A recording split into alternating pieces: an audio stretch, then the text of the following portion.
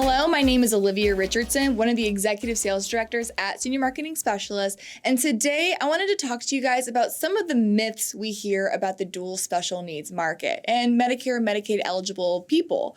One of the things that we talk about frequently in our trainings is that the opportunity surrounding the DSNP market is outrageous.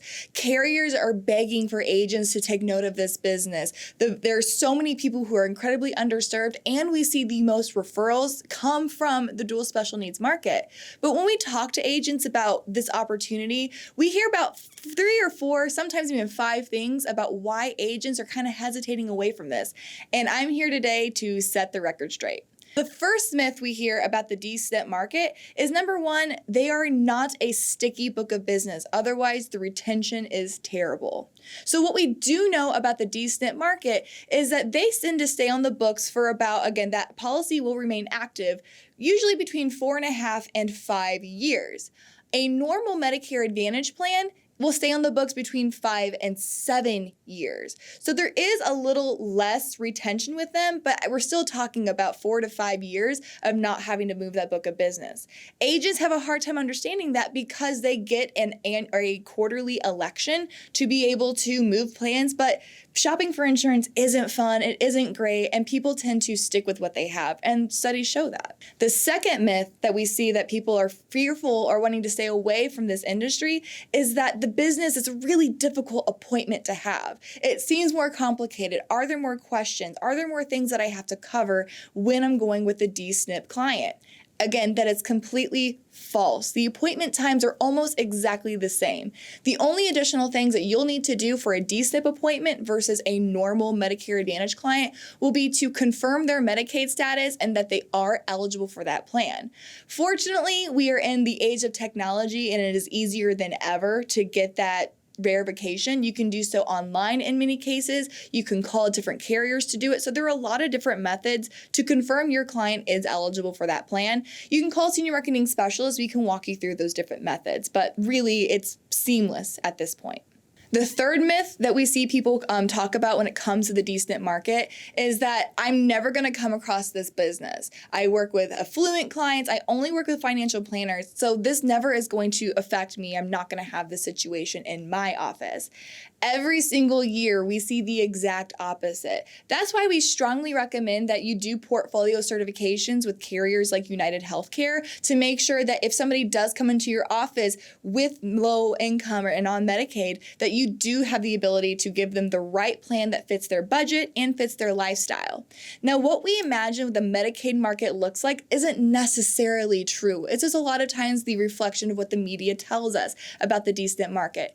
Oftentimes, many of your clients will qualify for these extra benefits or on Medicaid, and you would never know the wiser. Make sure that you're asking those financial questions. Make sure you're checking their income. Even if they don't qualify for a lot of these programs automatically, there are a lot of things that you can do to find more premium from your client by having them apply for Medicare savings programs, as well as helping them apply for state funding as well. The fourth myth that we hear a lot about my DSNP clients are going to be that, well, we can put them wherever we want, the networks don't matter. A lot of agents think that because they're Medicaid eligible, if they use their Medicare benefits, that really opens the network if you put them on a Medicare Advantage plan. That couldn't be further from the truth. That's kind of the one, I'm not going to say downside, but the one thing you really need to pay attention to on your Medicare and Medicaid appointments is making sure that the provider that you're putting them in that Medicare Advantage plan does accept their current provider in network.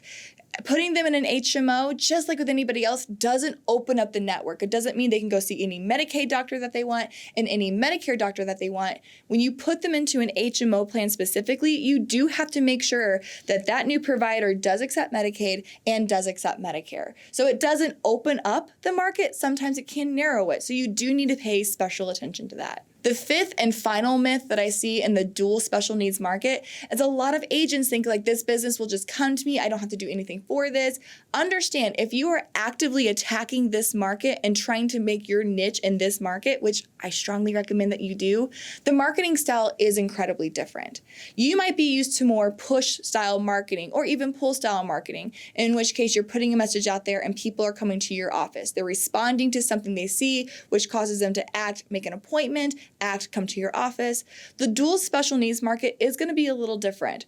Rule of thumb, you need to be where they are. So making sure that you are hosting events, being at events wherever you can actually see the people there and be willing and able to take appointments and applications at the time of seeing them the first time. They're not going to be the type of market that's going to respond to an ad and come to your office. They're the type of markets why we see a lot of success with people having booths, non-formal sales events at things like food pantries, areas of low-income housing, outside of Dollar Generals and Dollar Trees, things like that. So again, when you're marketing to this market, you need to make sure you are going to where they are, not expecting them to come to you. Again, just to summarize, the DSNP market is an incredibly profitable market. Reminder, you get paid the same commissions. They stay on the book of your business almost just as long, and they're going to be one of your top places of referrals. The carriers are really going to pay attention to agents who are successful in the DSNP market because they're telling us we don't have enough agents to help our clients who need them. So if you're interested in joining the DSNP market, if you're interested in making your mark and making your income that way, at least a source of it that way, make sure you call Senior Marketing Specialists. We are highly trained and have the right contacts to make sure that you can make the most out of your opportunity. DSNP is one heck of an opportunity. Again, this is Olivia Richardson with Senior Marketing Specialists. We'll see you next time.